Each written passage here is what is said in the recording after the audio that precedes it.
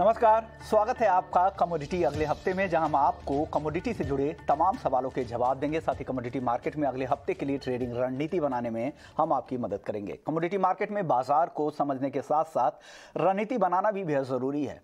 बात चाहे सोने चांदी की हो, बेस मेटल्स की हो या फिर एग्री कमोडिटी की।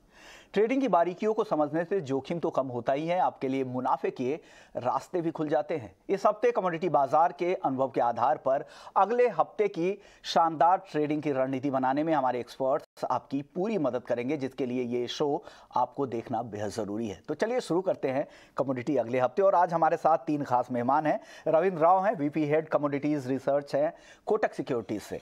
दीपेन शाह है, StateBank.com से। और इक्विटी मास्टर से विजय बंबानी हैं, जाने माने कमोडिटी और पुराने लंबा अनुभव है इनका भी कमोडिटी और इक्विटी मार्केट को लेकर। तो आप तीनों मेहमानों का ईटी नाउ स्वदेश पर आज स्वागत है। चलिए सबसे पहले आज हम बात करेंगे गोल्ड और सिल्वर को लेकर, क्योंकि जिस तरह के डेटा आए थे महंगाई को लेकर इस हफ्ते जो डेटा है उस पर पूरे बाजार की नजर थी। और बाजार में काफी कुछ उतार चढ़ाव भी दिखा, निचले स्तरों से अच्छी रिकवरी भी दिखी। लेकिन अब अगले हफ्ते में किस तरह से ट्रेडिंग रणनीति बनानी चाहिए, क्या ट्रेड लेना चाहिए ताकि अगले हफ्ते एक सेफ बेट हो, और किस तरह के टारगेट आने वाले समय में देखने को मिल सकते हैं। सबसे पहले विजय जी आपसे ही सवाल होगा, गोल्ड को लेकर आपका व्यू क्या है अब? नमस्कार और शुक्रिया मुझे अपने शो में शामिल करने के लिए। जहां बुलियन का सवाल है, कच्चे सोने और चांदी दोनों का, फिलहाल कुछ छोटे अवधि से इसमें बिकवाली का एक माहौल बना हुआ है। और जहां सोने की बात करें तो 49,500 के आसपास का जो स्तर है, यहाँ पर एक सपोर्ट बेस बना था छोटे अवधि के लिए। जब तक इस सपोर्ट बेस के ऊपर सोना चलता है तब तक तो इसमें रैली या बढ़त आने की उम्मीद हम कर सकते हैं। लेकिन जैसे जैसे दाम जो है 52,500 52,400 के आसपास जाएगा, वैसे थोड़ा दबाव का माहौल सोने में बनता है। और ऊपरी ओर एक ओवरहेड सप्लाई बनती है। ओवरहेड सप्लाई तब होती है जब ऊंचे स्तर पर लोग जो हैं खरीदारी करके दाम में फंस जाते हैं, और जैसे जैसे उनका लेवल आता है वो अपनी लॉन्ग पोजीशंस या तेजी के पोजीशंस जो हैं वो हल्की करना शुरू कर देते हैं, जिसकी वजह से बढ़त में एक रुकावट का माहौल बन जाता है। तो 52,400 के आसपास रुकावट का माहौल बनेगा। जब तक इस आंकड़े को पार करके सोना बंद होता नहीं है 2 या 3 दिन तक, तब तक नई तेजी आना छोटी अवधि में कुछ मुश्किल लग रहा है। तो संक्षिप्त में अगर बात करें तो जैसे जैसे सोने में गिरावट आती है, लगभग 500-600 रुपए की गिरावट अगर यहाँ से आ जाती है, तो आप लॉन्ग पोजीशंस इकट्ठा करना शुरू कर सकते हैं और एक बाउंस में आपको निकलने का मौका मिल सकता है। रविंद्र जी आपका व्यू अगले हफ्ते के लिए गोल्ड को लेकर क्या है? Good afternoon Shubham ji. मेरे हिसाब से देखिए, हमें जो डेटा पॉइंट्स आए हैं यूएस से, I think those are little bit disappointing from gold's perspective, क्योंकि जो सीपीआई डेटा आया वो भी थोड़ा सा बढ़ के ही आया है। तो एक्सपेक्टेड यही था कि अगर बढ़ के आता है तो दैट माइट प्रेशर गोल्ड, और वही हुआ। कल के सेशन में हमने एक फॉल देखा, लेकिन उसके बाद एक शानदार रिकवरी भी देखी है। लेकिन गोल्ड ऊपर के लेवल पे सस्टेन नहीं कर पा रहा है, और हम थोड़े से लोअर लेवल्स पे देख रहे हैं गोल्ड को। लेकिन जो अंडरटोन है वो अभी भी मेरे हिसाब से बेरिश नहीं है, क्योंकि इंटरनेशनल लेवल्स भी देखे तो जो लो था वो अराउंड 1622 के आसपास था, जो अभी रिसेंट लो लगाया था डॉलर टर्म्स में। उसके काफी ऊपर है, हम अभी अराउंड 1660 1662 के आसपास चल रहा है डॉलर। तो मेरे हिसाब से जब तक कि जो लो है गोल्ड में वो नहीं निकलता, तब तक एक ऊपर फिर से जाने का एक होप बना रहेगा, क्योंकि डॉलर इंडेक्स में मेरे ख्याल से सस्टेन नहीं कर पा रहा है। डॉलर इंडेक्स भी अगर हम देखें तो 113.80-85 का हाई लगा के सीपीआई डेटा के बाद हम उसे फिर से एक बार नीचे आते हुए देखे हैं। तो आई थिंक डॉलर में कहीं ना कहीं एक प्रेशर बन रहा है, और ऊपर के लेवल पे थोड़ा सा रिजेक्शंस आ रहे हैं, थोड़ा सा एग्जॉशन हो रहा है। तो मेरे हिसाब से गोल्ड में लोअर लेवल्स पे फिर से बाइंग लौटनी चाहिए, और पॉसिबिलिटी है कि अराउंड 50,400 50,500 का एक अच्छा सपोर्ट ले मार्केट। अगर उसके नीचे क्लोजिंग आ जाता है तो फिर 50,000 तक के जाने के चांसेस है, लेकिन वहां से भी हम एक रिवर्सल देख सकते हैं। तो मेरे हिसाब से अराउंड 50,400 से लेके 51,300 51,400 का रेंज रहेगा। 51,300 के ऊपर अगर निकल जाता है तो फिर मेरे हिसाब से फिर से एक बुलिश मोमेंटम शुरू हो सकता है for the next target of 52,000। तो मेरे हिसाब से लोअर लेवल्स पे बाइंग आ सकती है, बट वोलेटाइल रहेगा मार्केट काफी, और डॉलर इंडेक्स में भी वोलेटिलिटी रहेगी। उसके चलते मुझे लगता है कि गोल्ड में बहुत ज्यादा इम्पैक्ट आ सकता है।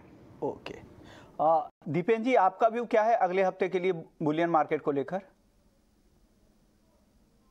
जी, गुड आफ्टरनून। सबसे पहले शो पे बुलाने के धन्यवाद। और विजय सर, जैसे आपने राइटली इंट्रोड्यूस किया, मेरे गुरु है, और मैं अपने आप को बहुत ही सौभाग्यशाली महसूस कर रहा हूँ कि आज उनके साथ मुझे ये शो करने मिल रहा है।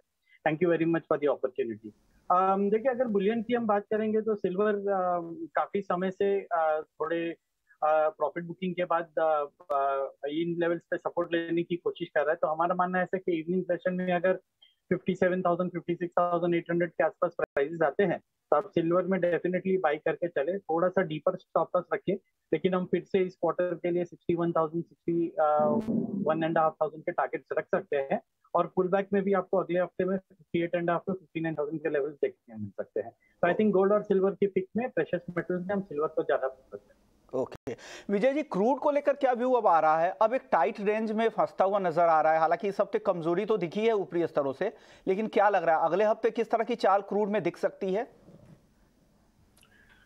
देखिए, जहां क्रूड का सवाल है, ये एक मैन मेड शॉर्टेज है, यानी इंसानी जो डेलिबरेट उत्पादन को घटाकर 2 मिलियन बैरल प्रतिदिन उत्पादन को घटाया गया है।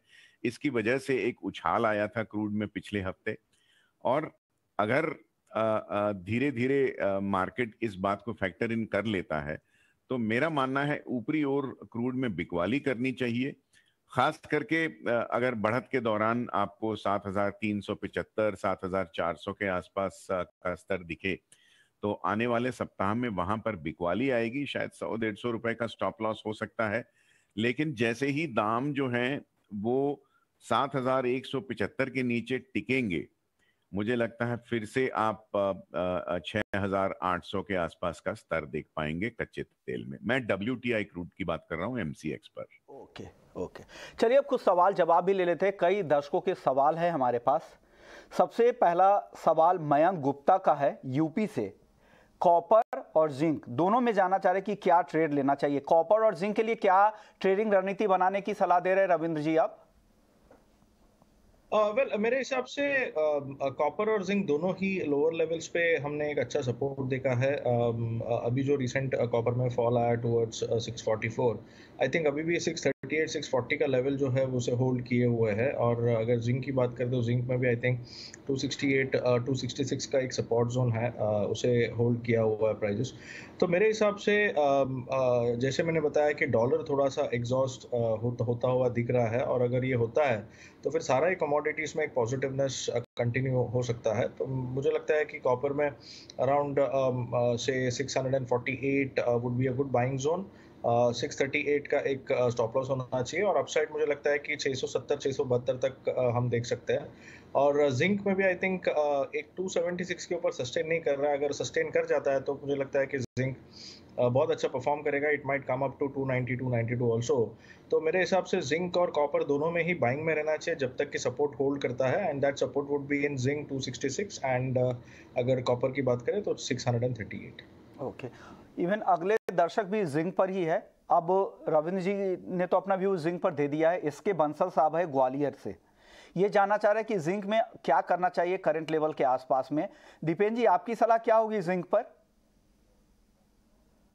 देखिए, सबसे पहले इनको समझना ये होगा कि जिंक थोड़ा ज्यादा वोलेटाइल होगा comparatively to other base metals. तो ये आप वोलेटिलिटी को ब्रेस करके चले। बेस मेटल्स में पूरे पैक में हम एक पुल बैक एक्सपेक्ट कर रहे हैं। तो अगर आपको डिप्स में 268 के आसपास के लेवल्स मिलते हैं तो वहां पे आप बाई करने की कोशिश करें, वो ज्यादा बेटर और थोड़े से सेफर लेवल्स होंगे। और वहां से आप फिर से 278 से 282 का टारगेट कर सकते हैं। ओके, अगले दर्शक है क्रिश हैं दिल्ली से। कॉपर में क्या करना चाहिए?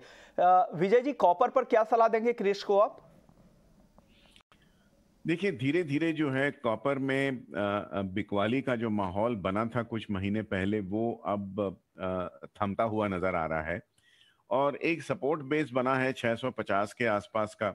जब तक 650 के ऊपर कॉपर टिकता है, हम उम्मीद कर सकते हैं कि इसमें थोड़ी और बढ़त आ सकती है, बशर्ते 662 के ऊपर इसमें क्लोजिंग आ जाए।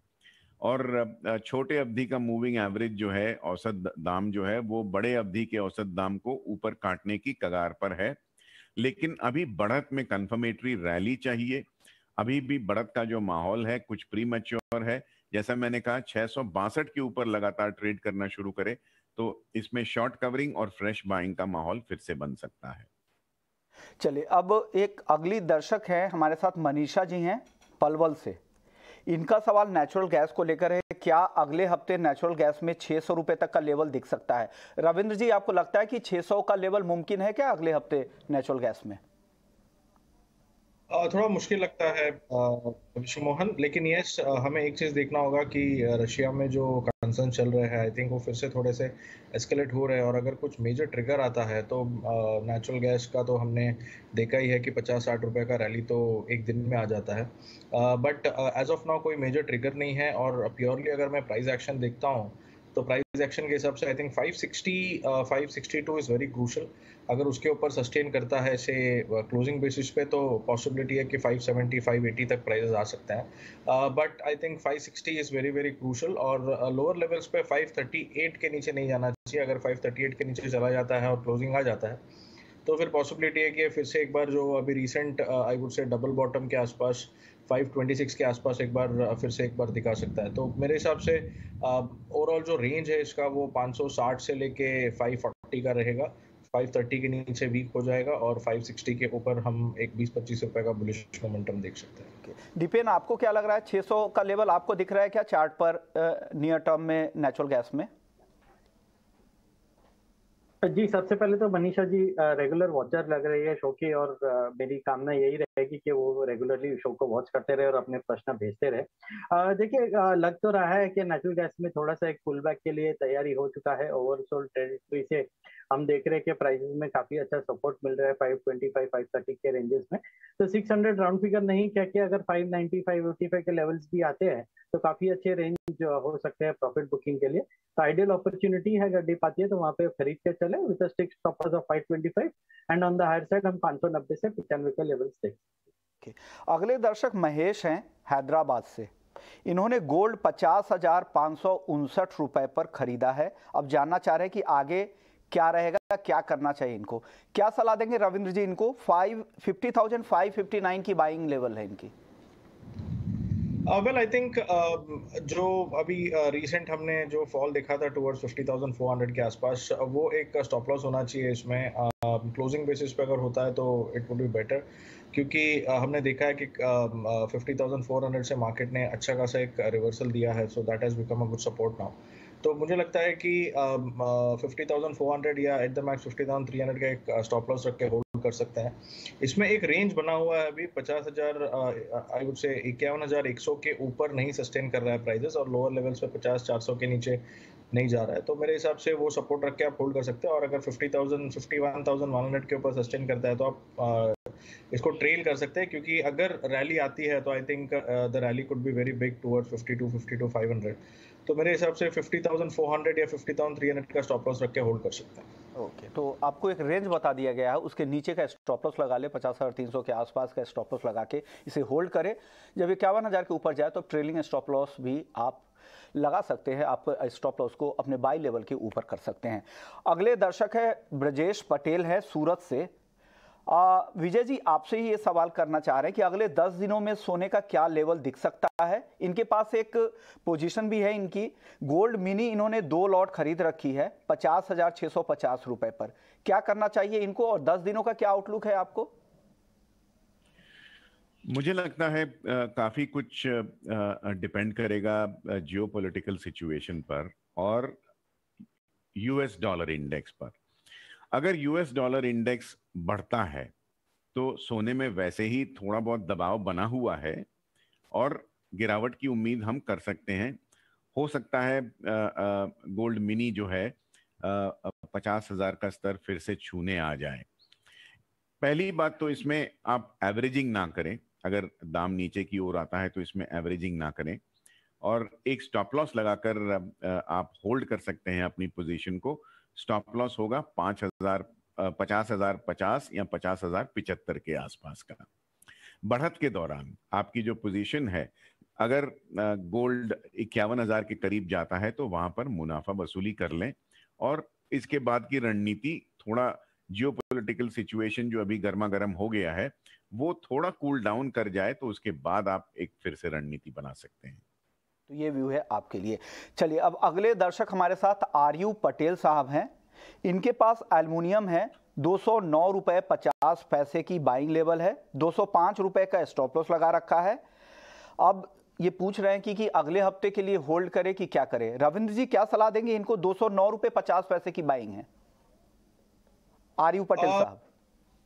वेल मेरे हिसाब से एल्यूमिनियम में जो हमने एक शार्प अप देखा है, दैट इज ओनली बिकॉज जो यूएस ने रशियन एल्यूमिनियम पे जो बैन लगाने का सोचा है, आई थिंक उसकी वजह से ही हमने एक ट्रिगर देखा है एल्यूमिनियम के प्राइसेस में।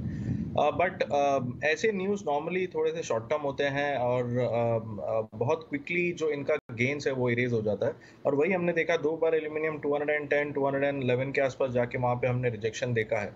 तो मेरे हिसाब से अभी इसमें 201 का स्ट्रॉन्ग सपोर्ट है।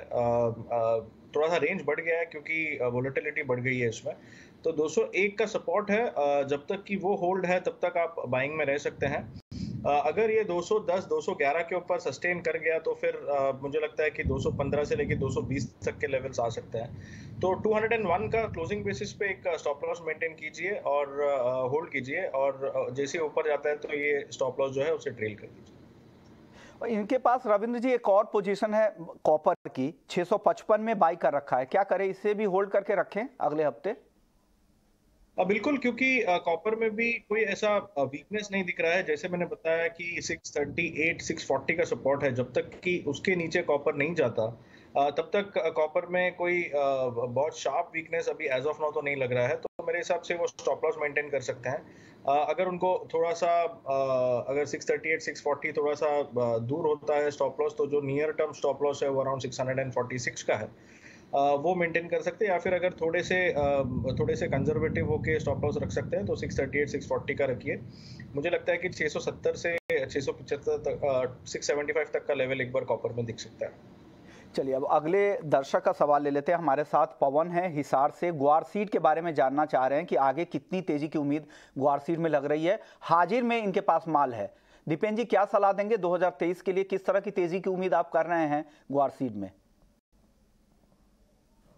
देखिए काफी अच्छी उम्मीद कर रहे हैं, बिकॉज प्राइसेस काफी समय बाद कंसोलिडेट कर रहे हैं, और हिस्टोरिकली अगर हम देखेंगे तो 4,500 से 4,400 काफी अच्छे लेवल्स होते हैं गुआर सीड में इन्वेस्ट करने के लिए। तो आप क्योंकि वो हाजिर के प्लेयर हैं, हाजिर में माल खरीदा हुआ है, तो मेरी सलाह होगी कि ये 2023 के लिए होल्ड करके रखे और काफी अच्छे गेन की एक्सपेक्टेशन रख सकते। अगले दर्शक हमारे साथ गुगले हैं महाराष्ट्र से। इनके पास क्रूड के 3 लॉट है 7,345 रुपए के भाव पर। अब जानना चाह रहे कि क्या करना चाहिए। रविंद्र जी क्रूड पर आपका व्यू क्या है? 7,345 रुपए की बाइंग है इनकी। वेल क्रूड काफी इंटरेस्टिंग स्टेज पे है। अगर हम इंटरनेशनल WTI क्रूड देखें तो $92.5 से एक थ्रोबैक हमने देखा है टुवर्ड्स $88-87, और $88-87 का एक अच्छा सपोर्ट है। तो पॉसिबिलिटी है कि हम फिर से एक बार इसमें एक अपमूव देख सकते हैं। बट 92.50 का जो रेजिस्टेंस है उसे निकालना WTI के लिए बहुत ज़रूरी है, अगर इसे $95-96 तक जाना है तो। और अगर MCX का चार्ट देखें तो MCX में एक ट्रेंड लाइन ब्रेकआउट है। काफ़ी फॉल के बाद ऑलमोस्ट 9,500 के बाद हमने लाइक 9,500 से 6,000 के आसपास जो फॉल देखा था, उसके बाद ये ट्रेंड लाइन ब्रेक है। तो it is almost I would say 6-7 months का ट्रेंड लाइन। तो ये एक स्ट्रॉन्ग इंडिकेशन है। तो मेरे हिसाब से 7,050 7,060 का एक स्ट्रॉन्ग लेवल है इसमें, जो कि एक बाइंग जोन बन सकता है। 6,800 का एक सपोर्ट है, जो कि जिसके नीचे अगर जाता है तो ये ट्रेंड लाइन ब्रेक जो है वो थोड़ा सा न्यूट्रलाइज हो जाएगा। तो मेरे हिसाब से अगर कोई भी करेक्टिव मूव आता है towards 7050, I think it's a very good buying opportunity. मुझे लगता है कि अगर ये जो रिसेंट हाई है टुवर्ड्स 7770 जो कि डबल टॉप हुआ है, अगर उसके ऊपर निकल जाता है तो फिर से हम 8500 तक का लेवल देख सकते हैं। ओके, अगला सवाल गूगले महाराष्ट्र जी का एक और सवाल था। विजय जी, आपसे अब ये सवाल होगा। 82 रुपये 35 पैसे $1 का भाव है, जो आज की क्लोजिंग का जो लेवल है। इनके पास 82 रुपये 33 पैसे के भाव पर बाइंग है। क्या करना चाहिए इनको अगले हफ्ते में? मुझे लगता है इन्हें बने रहना चाहिए, और अगर एक स्टॉप लगाना है तो 81 रुपये 68 पैसे के आसपास का स्टॉप लगेगा अपने तेजी के पोजीशंस पर। और आने वाले सप्ताह के उसके बाद भी अगर आप बने रहना चाहते हैं, एक सप्ताह के बदले 2 सप्ताह अपनी पोजीशन होल्ड करना चाहते हैं, तो उसमें भी कोई दिक्कत नहीं होगी।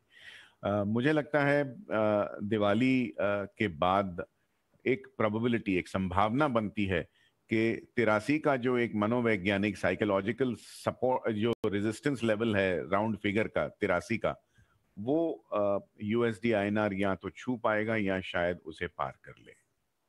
आपका करेंसी मार्केट को लेकर अगले हफ्ते के लिए क्या व्यू है रविंद्र जी? एक्चुअली एक काफी इंटरेस्टिंग पैटर्न बना हुआ है विश्व मोहन ऑन स्पॉट चार्ट। हम इसे कैंडलस्टिक ट्वीजर टॉप्स कहते हैं। तो वो एक रिवर्सल पैटर्न है और एक ओपनिंग क्लोजिंग मरबूजू भी बना है। तो मेरे हिसाब से ये दिखा रहा है कि थोड़ा सा एग्जॉस्ट हो रहा है मार्केट, और 82.10 का एक अच्छा सपोर्ट है। अगर 82.10 निकाल देता है तो मुझे लगता है कि 8160 से लेके 81 तक के लेवल्स हम USD INR स्पॉट में देख सकते हैं। तो मेरे हिसाब से थोड़ा सा टॉप आउट लग रहा है। अगर ये 81 का जो रेजिस्टेंस है, अगर उसे निकाल देता है तो फिर एक नई रैली आएगी। अदरवाइज मुझे लगता है कि थोड़ा सा एग्जॉशन हो रहा है और पॉसिबिलिटी है कि रुपी में थोड़ा सा एक अप्रिसिएशन का मोड बन सकता है, और डॉलर इंडेक्स को देख के भी वैसे ही लग रहा है। तो मेरे हिसाब से शॉर्ट में रहना एक बेटर स्ट्रेटेजी होगी। अगले दर्शक है किशन है नासिक से। जीरा इन्होंने 24,150 रुपए पर खरीदा है। अब जानना चाह रहे कि क्या करें। दीपेन जी, क्या सलाह है जीरे पर आपकी? देखिए, जीरा थोड़ा नेचुरल क्लाइमेट सेंसिटिव कमोडिटी है, और अगर आपको मसालों में प्ले करना है तो आई थिंक धनिया और हल्दी ज्यादा बेटर अपॉर्चुनिटी प्रेजेंट करेगा जीरा के बजाय नियर टर्म में। अगर आप लॉन्ग टर्म रख सकते हैं तो डेफिनेटली अगर 25,000 नया हाई बनाता है तो आई थिंक अगले साल में आपको 28-29 हजार भी जीरा में देखने मिल सकते हैं।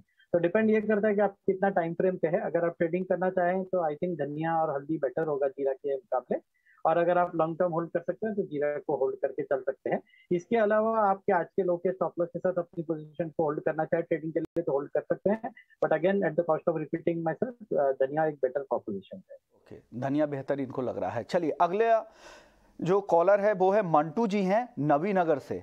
क्रूड के 7,300 स्ट्राइक की पुट इन्होंने खरीद रखी है 200 रुपए में। अब जानना चाह रहे कि होल्ड करे या सेल करे, क्या करना चाहिए दीपेन?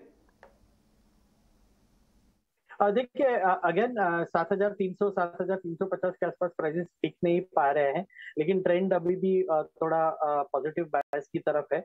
जब तक एज लॉन्ग एज 7,150 के नीचे क्लोजिंग नहीं मिलती तब तक आपको बाइंग ऑन डिप्स की रणनीति अपनानी चाहिए। तो आई थिंक 7,350 के ऊपर के हिसाब से आप अपने पुट के स्टॉप लॉस रखें, और एक बार 7,300 अगर फिर से क्रॉस होता है 350 वाली तो आपको एग्जिट कर लेनी चाहिए अपनी पुट को, बिकॉज उसके बाद शायद और मोमेंटम गैदर होके 7,450 के लेवल्स भी देखने मिल सकते। नवीनगर से मंटू हैं, उनके एक और सवाल रह गए थे नेचुरल गैस पर।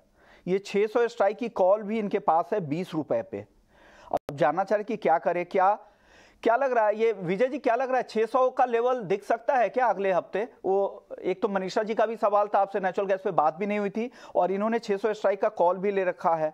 क्या लग रहा है 600 की तरफ क्या बढ़ता हुआ दिखेगा क्या नेचुरल गैस अगले हफ्ते?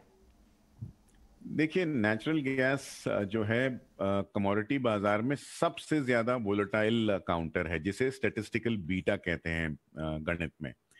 तो 30, 40, 50 रुपए की बढ़त या गिरावट एक दिन में आ जाना, और खास करके कोई जियोपॉलिटिकल न्यूज आती है तो उसमें कोई बड़ी बात नहीं है। लेकिन अगर कोई न्यूज या ट्रिगर नहीं आता है तो 600 रुपए तक जाना कुछ मुश्किल लग रहा है। हमें ये ध्यान में रखना चाहिए कि जाड़े का मौसम जो है यूरोप में अब शुरू होने वाला है, और हमने हिस्टोरिकली ये देखा है, इतिहास हमको ये बताता है कि जाड़े के पहले नेचुरल गैस के दाम बढ़ने चाहिए, क्योंकि हीटिंग के लिए इस्तेमाल होता है।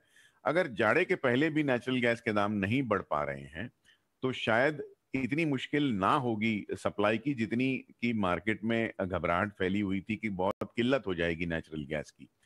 और 600 का कॉल इन्होंने खरीदा है 20 रुपए प्रीमियम देकर। तो यानी जब तक 620 का दाम नहीं आता है मार्केट में, तब तक तो इन्हें ब्रेक इवन या नो प्रॉफिट नो लॉस का लेवल भी नहीं मिलेगा। और जैसे जैसे समय बीतता जाएगा वैसे वैसे कॉल की वैल्यू घटती जाएगी टाइम डीके की वजह से। मैं इन्हें सलाह दूंगा कि इतना अग्रेसिव कॉल ऑप्शन ना खरीदें, या कम से कम ना होल्ड करें। अगर बढ़त आती है नेचुरल गैस में तो इस कॉल से निकलने की चेष्टा करें। तो आपको बढ़त आती है तो यहाँ पर उछाल पर निकलने के लिए ही सलाह दे रहे, क्योंकि अभी 10-10 रुपए वो प्रीमियम घटकर आ चुका है। इसलिए आप जब भी ट्रेड करें तो इतना आउट ऑफ मनी बाई करने की कोशिश नहीं करें। चलिए अब इस शो को यहीं पे खत्म करने का वक्त आ गया। शुक्रिया विजय जी आपका, रविंद्र जी आपका, दीपेन जी आपका, आप लोगों ने वक्त निकाला और दर्शकों के सवालों के जवाब दिए। तो कमोडिटी अगले हफ्ते में फिलहाल इतना ही, लेकिन आप कहीं मत जाइए। ब्रेक के बाद भी आपके लिए खबरों का सिलसिला यहाँ चलता रहेगा। लेकिन जाते जाते आपको बता दें कि अगले हफ्ते दिवाली से ठीक पहले वाला हफ्ता है, तो दिवाली को लेकर हमारी ये खास प्रोग्रामिंग ET नाउ स्वदेश पर है, और कमोडिटी को लेकर भी काफ़ी बड़े प्रोग्राम्स हैं हमारे पास।